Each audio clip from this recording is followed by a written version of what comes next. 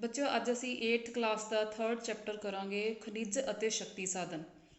ਖਣਿਜ ਅਤੇ ਸ਼ਕਤੀ ਸਾਧਨ ਕਰਨ ਤੋਂ ਪਹਿਲਾਂ ਮੈਂ ਤੁਹਾਨੂੰ ਇਹ ਦੱਸਾਂਗੀ ਕਿ ਖਣਿਜ ਪਦਾਰਥ ਕੀ ਹੁੰਦੇ ਹਨ। ਖਣਿਜ ਪਦਾਰਥ ਅਤੇ ਸ਼ਕਤੀ ਸਾਧਨ ਦੋਵੇਂ ਹੀ ਕਿਸੇ ਦੇਸ਼ ਦੇ ਵਿਕਾਸ ਦੇ ਪੱਖ ਤੋਂ ਬਹੁਤ ਹੀ ਮਹੱਤਵਪੂਰਨ ਰੱਖਦੇ ਹਨ। ਜਿਨ੍ਹਾਂ ਦੇਸ਼ਾਂ ਦੇ ਕੋਲ ਇਹਨਾਂ ਪਦਾਰਥਾਂ ਦੇ ਜ਼ਿਆਦਾ ਭੰਡਾਰ ਹੁੰਦੇ ਹਨ ਉਹ ਅਮੀਰ ਜਾਂ ਵਿਕਸਿਤ ਦੇਸ਼ਾਂ ਦੀ ਸ਼੍ਰੇਣੀ ਵਿੱਚ ਸ਼ਾਮਲ ਹੁੰਦੇ ਹਨ। ਖਣਿਜ ਪਦਾਰਥ ਕੀ ਹੁੰਦੇ ਹਨ? ਉਹ ਕੁਦਰਤੀ ਪਦਾਰਥ ਹੁੰਦੇ ਹਨ ਜਿਹੜੇ ਇੱਕ ਜਾਂ ਜ਼ਿਆਦਾ ਤੱਤਾਂ ਤੋਂ ਬਣੇ ਹੋਏ ਹੁੰਦੇ ਹਨ ਅਤੇ ਧਰਤੀ ਵਿੱਚੋਂ ਨਿਕਲਦੇ ਹਨ। ਇਹਨਾਂ ਦੀ ਇੱਕ ਖਾਸ ਰਸਾਇਣਿਕ ਬਣਤਰ ਹੁੰਦੀ ਹੈ। ਇਹ ਆਪਣੇ ਭੌਤਿਕ ਅਤੇ ਰਸਾਇਣਿਕ ਗੁਣਾਂ ਕਰਕੇ ਪਛਾਣੇ ਜਾਂਦੇ ਹਨ। ਖਣਿਜ ਪਦਾਰਥਾਂ ਦੀਆਂ ਕੁਝ ਹੇਠਾਂ ਦਿੱਤੀਆਂ ਸ਼੍ਰੇਣੀਆਂ ਹਨ। ਹੇਠਾਂ ਦਿੱਤੀਆਂ ਟਾਈਪਸ ਹਨ: ਧਾਤੂ ਖਣਿਜ, ਅਧਾਤੂ ਖਣਿਜ, ਮੈਟਲਿਕ ਮਿਨਰਲਸ ਔਰ ਨਾਨ ਮੈਟਲਿਕ ਮਿਨਰਲਸ ਔਰ ਐਟੋਮਿਕ ਮਿਨਰਲਸ, ਜਿਨ੍ਹਾਂ ਨੂੰ ਅਸੀਂ ਹੁਣ ਡਿਟੇਲ ਦੇ ਵਿੱਚ ਪੜ੍ਹਾਂਗੇ। ਕੱਚਾ ਲੋਹਾ। ਕੱਚਾ ਲੋਹਾ ਧਰਤੀ ਦੀ ਉੱਪਰਲੀ ਤਹਿ ਦਾ 5% ਹਿੱਸਾ ਹੈ। ਇਹ ਆਮ ਅਤੇ ਸਭ ਤੋਂ ਜ਼ਿਆਦਾ ਇਸਤੇਮਾਲ ਕੀਤੀ ਜਾਣ ਵਾਲੀ ਧਾਤ ਹੈ। ਆਮ ਤੌਰ 'ਤੇ ਮੋਸਟਲੀ ਇਹ ਜ਼ਿਆਦਾਤਰ ਵਸਤੂਆਂ ਬਣਾਉਣ ਦੇ ਵਿੱਚ ਇਸ ਦੀ ਵਰਤੋਂ ਕੀਤੀ ਜਾਂਦੀ ਹੈ। ਇਹ ਬਿਹਾਰ, ਉੜੀਸਾ, ਮੱਧ ਪ੍ਰਦੇਸ਼, ਗੋਆ, ਆਂਧਰਾ ਪ੍ਰਦੇਸ਼, ਛੱਤੀਸਗੜ੍ਹ, ਝਾਰਖੰਡ ਅਤੇ ਤਮਿਲਨਾਡੂ ਆਦਿ ਜਗ੍ਹਾ 'ਤੇ ਪਾਇਆ ਜਾਂਦਾ ਹੈ। ਮੈਗਨੀਜ਼। ਇਹ ਇੱਕ ਅਜਿਹਾ ਖਣਿਜ ਪਦਾਰਥ ਹੈ ਜਿਹੜਾ ਲੋਹਾ ਅਤੇ ਸਟੀਲ ਬਣਾਉਣ ਦੇ ਕੰਮ ਆਉਂਦਾ ਹੈ।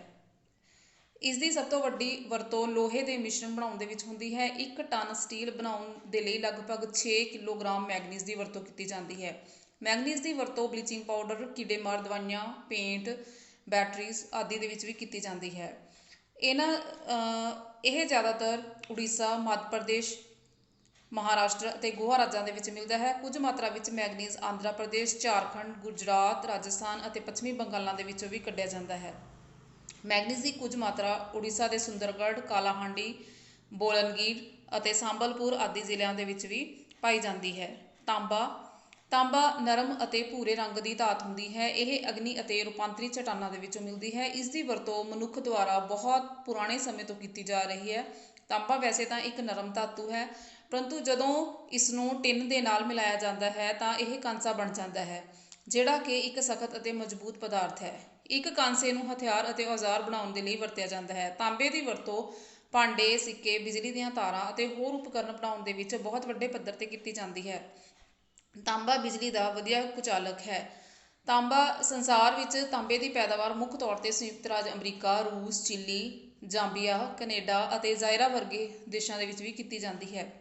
ਭਾਰਤ ਦੇਸ਼ ਤਾਂਬੇ ਦੀ ਪੈਦਾਵਾਰ ਦੇ ਖੇਤਰ ਵਿੱਚ ਕਾਫੀ ਪਿੱਛੇ ਹੈ। ਸਿੰਘਭੂਮ, ਬਾਲਕਾਟ, ਝੁੰਝੁਨੂ, ਅਲਵਰ ਆਦਿ ਜ਼ਿਲ੍ਹਿਆਂ ਦੇ ਵਿੱਚ ਵੀ ਮਿਲਦੀ ਹੈ। ਕੁਝ ਥੋੜ੍ਹੀ ਮਾਤਰਾ ਦੇ ਵਿੱਚ ਤਾਂਬਾ ਗੁਜਰਾਤ, ਕਰਨਾਟਕ, ਆਂਧਰਾ ਪ੍ਰਦੇਸ਼, ਸਿੱਕਿਮ, ਉੱਤਰ ਪ੍ਰਦੇਸ਼, ਮੇਘਾਲਿਆ, ਮਹਾਰਾਸ਼ਟਰ, ਪੱਛਮੀ ਬੰਗਾਲ ਆਦਿ ਰਾਜਾਂ ਦੇ ਵਿੱਚ ਵੀ ਮਿਲਦਾ ਹੈ।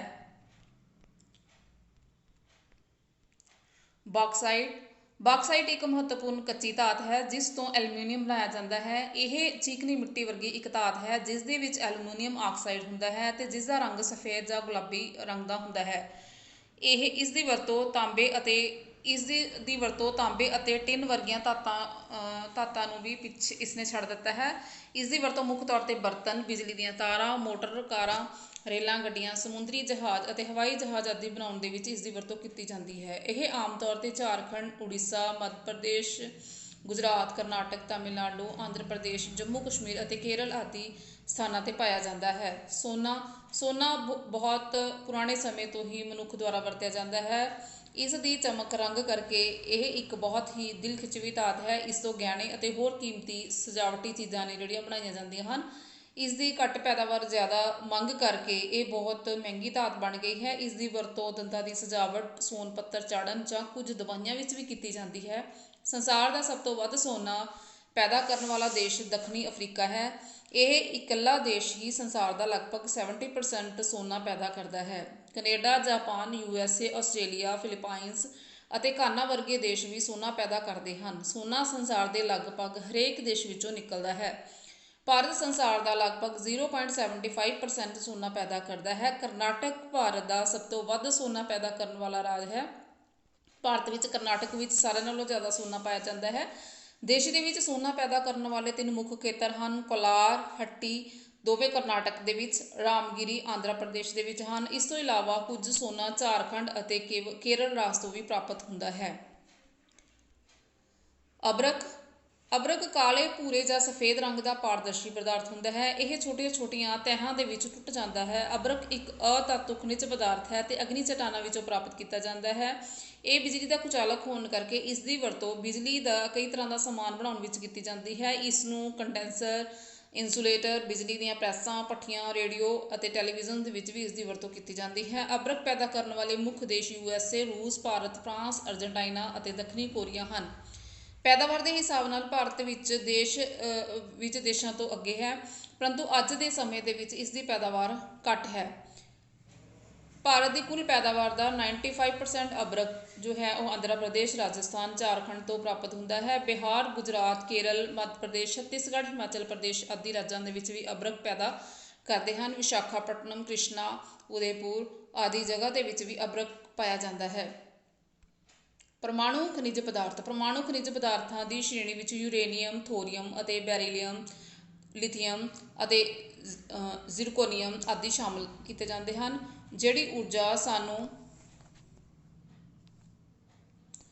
ਜਿਹੜੀ ਊਰਜਾ ਇਹਨਾਂ ਖਣਿਜਾਂ ਪਦਾਰਥਾਂ ਤੋਂ ਪੈਦਾ ਕੀਤੀ ਜਾਂਦੀ ਹੈ ਉਸ ਨੂੰ ਪਰਮਾਣੂ ਊਰਜਾ ਦਾ ਨਾਮ ਦਿੱਤਾ ਜਾਂਦਾ ਹੈ। ਪਰਮਾਣੂ ਊਰਜਾ ਦੀ ਪੈਦਾਵਾਰ ਵਾਸਤੇ ਇਹਨਾਂ ਪਦਾਰਥਾਂ ਦੀ ਮੌਜੂਦਗੀ ਅਤੇ ਤਕਨੀਕੀ ਗਿਆਨ ਦੇ ਸਾਧਨਾਂ ਦਾ ਵਿਕਾਸ ਬਹੁਤ ਜ਼ਰੂਰੀ ਹੈ। USA, ਰੂਸ, ਜਾਪਾਨ, UK ਅਤੇ ਭਾਰਤ ਵਰਗੇ ਦੇਸ਼ਾਂ ਵਿੱਚ ਪਰਮਾਣੂ ਸ਼ਕਤੀ ਕੇਂਦਰ ਸਥਾਪਿਤ ਕੀਤੇ ਗਏ ਹਨ। USA ਸੰਸਾਰ ਦਾ ਸਭ ਤੋਂ ਵੱਡਾ ਯੂਰੇਨੀਅਮ ਪੈਦਾ ਕਰਨ ਵਾਲਾ ਦੇਸ਼ ਹੈ। Canada, Africa, Zaire, Australia, Germany, Spain ਆਦਿ ਯੂਰੇਨੀਅਮ ਪੈਦਾ ਕਰਨ ਵਾਲੇ ਦੇਸ਼ ਹਨ। ਯੂਰੇਨੀਅਮ ਸਿੰਘਪੁਮ, ਹਾਜ਼ਰੀਬਾਗ, ਗਇਆ, ਸਹਾਰਨਪੁਰ, ਉਦੈਪੁਰ ਆਦਿ ਥਾਵਾਂ ਤੇ ਪਾਇਆ ਜਾਂਦਾ ਹੈ। ਥੋਰੀਅਮ ਕੇਰਲ, ਝਾਰਖੰਡ, ਬਿਹਾਰ, ਰਾਜਸਥਾਨ, ਤਾਮਿਲਨਾਡੂ ਆਦਿ ਜਗ੍ਹਾ ਤੇ ਪਾਇਆ ਜਾਂਦਾ ਹੈ। ਲਿਥੀਅਮ ਝਾਰਖੰਡ, ਮੱਧ ਪ੍ਰਦੇਸ਼, ਰਾਜਸਥਾਨ ਆਦਿ ਜਗ੍ਹਾ ਤੇ ਪਾਇਆ ਜਾਂਦਾ ਹੈ। ਊਰਜਾ ਦੇ ਸਾਧਨ। ਮਨੁੱਖ ਨੂੰ ਅਲੱਗ-ਅਲੱਗ ਕੰਮਾਂ ਵਾਸਤੇ ਸ਼ਕਤੀ ਸਾਧਨ ਪ੍ਰਦਾਨ ਕਰਨ ਵਾਲੇ ਸਾਧਨਾਂ ਨੂੰ ਊਰਜਾ ਦੇ ਸਾਧਨ ਦਾ ਨਾਮ ਦਿੱਤਾ ਜਾਂਦਾ ਹੈ। ਮਨੁੱਖ ਨੂੰ ਘਰ ਦੇ ਚੁੱਲ੍ਹੇ ਤੋਂ ਲੈ ਕੇ ਵੱਡੇ ਉਦਯੋਗਾਂ ਨੂੰ ਚਲਾਉਣ ਵਾਸਤੇ ਊਰਜਾ ਦੀ ਜ਼ਰੂਰਤ ਪੈਂਦੀ ਹੈ। ਊਰਜਾ ਦੇ ਕਈ ਸਾਧਨ ਅਜਿਹੇ ਹਨ ਜਿਨ੍ਹਾਂ ਦੀ ਵਰਤੋਂ ਮਨੁੱਖ ਕਾਫੀ ਲੰਮੇ ਸਮੇਂ ਤੋਂ ਕਰਦਾ ਆ ਰਿਹਾ ਹੈ। ਇਹਨਾਂ ਸਾਧਨਾਂ ਦੇ ਵਿੱਚ ਕੋਲਾ, ਤੇਲ, ਕੁਦਰਤੀ ਗੈਸ, ਬਿਜਲੀ ਆਦਿ ਮੁੱਖ ਹਨ। ਇਹਨਾਂ ਨੂੰ ਅਸੀਂ ਊਰਜਾ ਦੇ ਰਵਾਇਤੀ ਸਾਧਨ ਆਖਦੇ ਹਾਂ। ਦੂਜੇ ਪਾਸੇ ਮਨੁੱਖ ਹੁਣ ਹੋਰ ਸਾਧਨਾਂ ਦੀ ਵਰਤੋਂ ਕਰਨ ਲੱਗਾ ਹੈ ਜਾਂ ਲਗਾਤਾਰ ਉਸ ਦੀ ਭਾਲ ਦੇ ਵਿੱਚ ਜੁਟਿਆ ਹੋਇਆ ਹੈ। ਇਹ ਸ਼ਕਤੀ ਸਾਧਨ ਸਸਤੇ ਅਤੇ ਨਵੇਂ ਦੁਬਾਰਾ ਪੈਦਾ ਹੋ ਸਕਣ ਵਾਲੇ ਪ੍ਰਦੂਸ਼ਣ ਰਹਿਤ ਹੋਣ ਦੇ ਗੁਣਾਂ ਨਾਲ ਭਰਪੂਰ ਹਨ। ਇਹਨਾਂ ਨੂੰ ਨਵੇਂ ਸਾਧਨ ਕਿਹਾ ਜਾਂਦਾ ਹੈ। ਇਹਨਾਂ ਵਿੱਚ ਸੂਰਜ ਦੀ ਸ਼ਕਤੀ, ਪੌਣ ਸ਼ਕਤੀ, ਸਮੁੰਦਰੀ ਲਹਿਰਾਂ, ਜਵਾਰ ਭਾਟਾ, ਧਰਤੀ ਹੇਠਲੀ ਤਾਪ ਊਰਜਾ, ਗੋਬਰ ਗੈਸ ਊਰਜਾ ਅਤੇ ਹੋਰ ਵਿਅਰਥ ਪਦਾਰਥ ਤੋਂ ਗੈਸ ਦੇ ਰੂਪ ਦੇ ਵਿੱਚ ਸ਼ਕਤੀ ਆਦਿ ਸ਼ਾਮਲ ਕੀਤੇ ਜਾਂਦੇ ਹਨ। ਹੁਣ ਅਸੀਂ ਊਰਜਾ ਦੇ ਕੁਝ ਨਵੇਂ ਅਤੇ ਪੁਰਾਣੇ ਸਾਧਨਾਂ ਬਾਰੇ ਪੜ੍ਹਾਂਗੇ। ਕੋਲਾ ਕਾਲੇ ਜਾਂ ਭੂਰੇ ਰੰਗ ਦਾ ਇੱਕ ਜੈਵਿਕ ਪਦਾਰਥ ਹੈ ਜਿਸ ਦੇ ਵਿੱਚ ਕਾਰਬਨ ਮੁੱਖ ਤੌਰ 'ਤੇ ਮੌਜੂਦ ਹੁੰਦਾ ਹੈ। ਇਹ ਇੱਕ ਜਲਣਸ਼ੀਲ ਪਦਾਰਥ ਹੈ। ਇਸ ਨੂੰ ਤਾਪ ਜਾਂ ਰੋਸ਼ਨੀ ਜਾਂ ਦੋਵਾਂ ਕੰਮਾਂ ਦੇ ਲਈ ਪ੍ਰਯੋਗ ਵਿੱਚ ਲਿਆਂਦਾ ਜਾਂਦਾ ਹੈ। ਕੋਲਾ ਘਰੇਲੂ ਵਰਤੋਂ ਨੂੰ ਲੈ ਕੇ ਵੱਡੇ ਉਦਯੋਗਾਂ ਅਤੇ ਰੇਲ ਗੱਡੀਆਂ ਨੂੰ ਚਲਾਉਣ ਵਾਸਤੇ ਵਰਤਿਆ ਜਾਂਦਾ ਹੈ। ਕੋਲਾ 4 ਤਰ੍ਹਾਂ ਦਾ ਹੁੰਦਾ ਹੈ: ਐਂਥ੍ਰੇਸਾਈਟ, ਬਿਟੂਮੀਨਸ, ਲਿਗਨਾਈਟ ਅਤੇ ਪੀਟ। ਕੋਲੇ ਦੀਆਂ 4 ਕਿਸਮਾਂ ਵਿੱਚ ਐਂਥ੍ਰਾਸਾਈਟ ਸਭ ਤੋਂ ਵਧੀਆ ਅਤੇ ਪੀਟ ਸਭ ਤੋਂ ਮਾੜੀ ਕਿਸਮ ਦਾ ਕੋਲਾ ਮੰਨਿਆ ਜਾਂਦਾ ਹੈ। ਕੋਲਾ ਧਰਤੀ ਦੇ ਹੇਠੋਂ ਤਹਿਦਾਰ ਚੱਟਾਨਾਂ ਵਿੱਚੋਂ ਮਿਲਦਾ ਹੈ। ਧਰਤੀ ਨੂੰ ਪੁੱਟ ਕੇ ਕੋਲੇ ਦੀਆਂ ਖਾਣਾਂ ਤੱਕ ਪਹੁੰਚਾਇਆ ਜਾਂਦਾ ਹੈ। ਕੋਲੇ ਦੀਆਂ ਖਾਣਾਂ ਦੇ ਅੰਦਰ ਕੰਮ ਕਰਨਾ ਬਹੁਤ ਹੀ ਖਤਰੇ ਭਰਿਆ ਕੰਮ ਹੁੰਦਾ ਹੈ। ਆਮ ਤੌਰ 'ਤੇ ਕੋਲਾ ਸੰਸਾਰ ਵਿੱਚ ਚੀਨ, ਰੂਸ, ਪੋਲੈਂਡ ਤੇ ਆਦਿ ਸਥਾਨਾਂ 'ਤੇ ਪਾਇਆ ਜਾਂਦਾ ਹੈ। ਭਾਰਤ ਵਿੱਚ ਦਮਕਾ, ਹਜ਼ਾਰੀਬਾਗ, ਧਨਬਾਦ, ਝਾਰਖੰਡ ਆਦਿ ਕੋਲੇ ਦੇ ਮੁੱਖ ਖੇਤਰ ਹਨ। ਝਰੀਆ, ਬੋਕਾਰੋ, ਕਾਨਪੁਰ ਆਦਿ ਦੇ ਵਿੱਚ ਵੀ ਕੋਲੇ ਦੇ ਖੇਤਰ ਮੰਨੇ ਜਾਂਦੇ ਹਨ। ਪੈਟਰੋਲੀਅਮ ਜਾਂ ਖਣਿਜ ਤੇਲ ਧਰਤੀ ਦੀਆਂ ਤਹਿਦਾਰ ਚੱਟਾਨਾਂ ਵਿੱਚੋਂ ਨਿਕਲਦਾ ਹੈ, ਇਸ ਲਈ ਇਸ ਨੂੰ ਚਟਾਨੀ ਤੇਲ ਵੀ ਕਿਹਾ ਜਾਂਦਾ ਹੈ। ਅੱਜ ਦੇ ਮਸ਼ੀਨੀ ਯੁੱਗ ਵਿੱਚ ਪੈਟਰੋਲੀਅਮ ਪਦਾਰਥਾਂ ਦੀ ਖਾਸ ਮਹੱਤਤਾ ਹੈ। ਇਸ ਪੈਟਰੋਲੀਅਮ ਨੂੰ ਤਰਲ ਸੋਨੇ ਦੇ ਨਾਮ ਨਾਲ ਵੀ ਜਾਣਿਆ ਜਾਂਦਾ ਹੈ। ਇਸ ਤੇਲ ਦੀ ਵਰਤੋਂ ਬਹੁਤ ਸਾਰੀਆਂ ਮਸ਼ੀਨਾਂ, ਆਵਾਜਾਈ ਦੇ ਸਾਧਨ ਅਤੇ ਉਦਯੋਗਾਂ ਵਿੱਚ ਕੀਤੀ ਜਾਂਦੀ ਹੈ। ਸੰਸਾਰ ਦੇ ਸਾਰੇ ਆਵਾਜਾਈ ਦੇ ਸਾਧਨ, ਸਕੂਟਰ ਤੋਂ ਲੈ ਕੇ ਹਵਾਈ ਜਹਾਜ਼ ਤੱਕ ਖਣਿਜ ਤੇਲ 'ਤੇ ਹੀ ਨਿਰਭਰ ਕਰਦੇ ਹਨ। ਤੇਲ ਦੇ ਪੈਦਾ ਹੋਣ ਦੇ ਅਸਲੀ ਕਾਰਨਾਂ ਦਾ ਭਾਵੇਂ ਹਾਲੇ ਤੱਕ ਨਹੀਂ ਪਤਾ ਚੱਲ ਸਕਿਆ, ਪਰੰਤੂ ਆਮ ਤੌਰ 'ਤੇ ਇਹੀ ਮੰਨਿਆ ਜਾਂਦਾ ਹੈ ਕਿ ਇਹ ਇੱਕ ਜੈਵਿਕ ਪਦਾਰਥ ਹੈ ਜੋ ਪੌਦਿਆਂ, ਜਾਨਵਰਾਂ ਅਤੇ ਹੋਰ ਜੀਵਾਂ ਦੇ ਧਰਤੀ ਦੀਆਂ ਤਹਿਾਂ ਦੇ ਵਿੱਚ ਗਲਣ ਸੜਨ ਤੋਂ ਪੈਦਾ ਹੁੰਦਾ ਹੈ। ਧਰਤੀ ਵਿੱਚ ਜੋ ਤੇਲ ਨਿਕਲਦਾ ਹੈ ਉਹ ਸਿੱਧੇ ਤੌਰ 'ਤੇ ਵਰਤਣਯੋਗ ਨਹੀਂ ਹੁੰਦਾ। ਇਸ ਨੂੰ ਕੱਚਾ ਤੇਲ ਕਹਿੰਦੇ ਹਨ। ਕੱਚੇ ਤੇਲ ਨੂੰ ਸੋਧ ਕੇ ਕਾਰਖਾਨਿਆਂ ਦੁਆਰਾ ਲਿਜਾ ਕੇ ਸਾਫ਼ ਕੀਤਾ ਜਾਂਦਾ ਹੈ, ਫਿਰ ਇਸ ਨੂੰ ਵਰਗੀਕ੍ਰਿਤ ਕੀਤਾ ਜਾਂਦਾ ਹੈ। ਕੁਦਰਤੀ ਗੈਸ ਪੈਟਰੋਲੀਅਮ ਪਦਾਰਥਾਂ ਤੋਂ ਹੀ ਪ੍ਰਾਪਤ ਹੁੰਦੀ ਹੈ। ਜਦੋਂ ਵੀ ਕੋਈ ਤੇਲ ਦਾ ਖੂਹ ਖੋਦਿਆ ਜਾਂਦਾ ਹੈ ਤਾਂ ਸਭ ਤੋਂ ਉੱਪਰ ਕੁਦਰਤੀ ਗੈਸ ਹੀ ਇਕੱਠੀ ਹੋਈ ਹੁੰਦੀ ਹੈ। ਕੁਦਰਤੀ ਗੈਸ ਵੀ ਸ਼ਕਤੀ ਦਾ ਇੱਕ ਬਹੁਤ ਵੱਡਾ ਸਾਧਨ ਹੈ। ਇਸ ਗੈਸ ਦੀ ਵਰਤੋਂ ਘਰਾਂ ਦੇ ਵਿੱਚ, ਗੱਡੀਆਂ ਚਲਾਉਣ ਵਿੱਚ ਅਤੇ ਕਈ ਹੋਰ ਉਦਯੋਗਾਂ ਦੇ ਵਿੱਚ ਵੀ ਕੀਤੀ ਜਾਂਦੀ ਹੈ। ਪਣ ਬਿਜਲੀ ਸ਼ਕਤੀ ਦਾ ਇੱਕ ਨਵਾਂ ਸਾਧਨ ਹੈ। ਇਹ ਸ਼ਕਤੀ ਸਾਧਨ ਨਵਿਆਉਣਯੋਗ ਜਲ ਸਾਧਨ ਤੇ ਨਿਰਭਰ ਕਰਦੀ ਹੈ, ਅਰਥਾਤ ਪਾਣੀ ਤੋਂ ਜੋ ਬਿਜਲੀ ਤਿਆਰ ਕੀਤੀ ਜਾਂਦੀ ਹੈ ਉਸ ਨੂੰ ਅਸੀਂ ਪਣ ਬਿਜਲੀ ਆਖਦੇ ਹਾਂ। ਪਣ ਬਿਜਲੀ ਤਿਆਰ ਕਰਨ ਦੇ ਲਈ ਕਿਹੜੇ ਤੱਤਾਂ ਦੀ ਲੋੜ ਹੁੰਦੀ ਹੈ? ਪਾਣੀ ਸਾਧਨ ਸਾਰਾ ਸਾਲ ਹੀ ਉਪਲਬਧ ਹੋਵੇ, ਪਾਣੀ ਦੇ ਰਸਤੇ ਵਿੱਚ ਲੋੜੀਂਦਾ ਢਲਾਣ ਜਾਂ ਬੰਨ੍ਹ ਬਣਾਉਣ ਦੇ ਲਈ ਉਚਾਈ ਹੋਵੇ, ਬਿਜਲੀ ਬਣਾਉਣ ਦੇ ਲਈ ਲੋੜੀਂਦੀ ਮਾਤਰਾ ਵਿੱਚ ਉਪਲਬਧ ਹੋਵੇ, ਬੰਨ ਦੇ ਪਿਛਲੇ ਪਾਸੇ ਪਾਣੀ ਦੇ ਭੰਡਾਰਾਂ ਵਾਸਤੇ ਝੀਲ ਲਈ ਲੋੜੀਂਦੀ ਜਗ੍ਹਾ ਹੋਵੇ, ਬੰਨ ਬਣਾਉਣ, ਬਿਜਲੀ ਘਰਾਂ ਦਾ ਨਿਰਮਾਣ ਕਰਨ ਅਤੇ ਬਿਜਲੀ ਦੀਆਂ ਲਾਈਨਾਂ ਖਿੱਚਣ ਵਾਸਤੇ ਪੂੰਜੀ ਉਪਲਬਧ ਹੋਵੇ, ਇਲਾਕੇ ਵਿੱਚ ਬਿਜਲੀ ਦੀ ਮੰਗ ਹੋਵੇ। ਭਾਰਤ ਪੂਰੇ ਸੰਸਾਰ ਦਾ ਮਹਿਜ਼ 1% ਪਾਣੀ ਪੈਦਾ ਕਰ ਰਿਹਾ ਹੈ, ਜਦੋਂ ਕਿ ਭਾਰਤ ਦੀ ਪਣ ਬਿਜਲੀ ਦੀ ਪੈਦਾਵਾਰ ਇਸ ਦੇ ਕੁੱਲ ਊਰਜਾ ਸਾਧਨਾਂ ਦਾ 37% ਹਿੱਸਾ ਹੈ। ਇਹਨਾਂ ਨੂੰ ਮੁੱਖ ਤੌਰ ਤੇ ਦੋ ਹਿੱਸਿਆਂ ਵਿੱਚ ਵੰਡਿਆ ਜਾਂਦਾ ਹੈ। ਉੱਤਰੀ ਭਾਰਤ ਵਿੱਚ ਹਿਮਾਲਿਆ ਤੋਂ ਆਉਂਦੀਆਂ ਨਦੀਆਂ ਅਤੇ ਦਰਿਆ ਅਤੇ ਦੱਖਣੀ ਭਾਰਤ ਦੀਆਂ ਨਦੀਆਂ ਅਤੇ ਦਰਿਆ। ਡੈਮ ਜਾਂ ਪ੍ਰੋਜੈਕਟ ਜੋ ਪਣ ਬਿਜਲੀ ਤਿਆਰ ਕਰਨ ਦੇ ਲਈ ਲਗਾਏ ਜਾਂਦੇ ਹਨ, ਉਹਨਾਂ ਨੂੰ ਬਹੁਉਦੇਸ਼ੀ ਪ੍ਰੋਜੈਕਟ ਵੀ ਕਿਹਾ ਜਾਂਦਾ ਹੈ।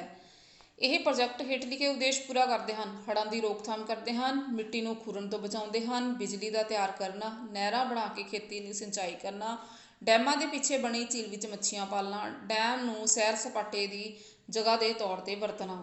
ਤਾਂ ਇਸ ਕਰਕੇ ਇਹਨਾਂ ਨੂੰ ਅਸੀਂ ਬਹੁਉਦੇਸ਼ੀ ਪ੍ਰੋਜੈਕਟ ਵੀ ਕਹਿੰਦੇ ਹਾਂ।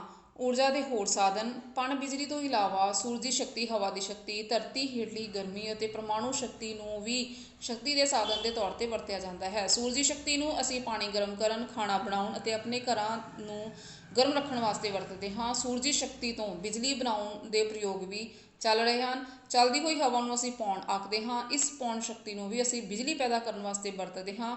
ਭੂ ਤਾਪੀ ਵੀ ਕਈ ਤਰੀਕਿਆਂ ਦੇ ਨਾਲ ਪ੍ਰਯੋਗ ਵਿੱਚ ਲਿਆਂਦੀ ਜਾ ਰਹੀ ਹੈ। ਇਸ ਨੂੰ ਮੁੱਖ ਤੌਰ ਤੇ ਘਰਾਂ ਤੇ ਗਰਮ ਰੱਖਣ ਦੇ ਲਈ ਵਰਤਿਆ ਜਾਂਦਾ ਹੈ। ਰੂਸ, ਜਾਪਾਨ, ਨਿਊਜ਼ੀਲੈਂਡ ਵਰਗੇ ਦੇਸ਼ਾਂ ਦੇ ਵਿੱਚ ਭੂ ਤਾਪੀ ਊਰਜਾ ਤੋਂ ਬਿਜਲੀ ਵੀ ਤਿਆਰ ਕੀਤੀ ਜਾਂਦੀ ਹੈ।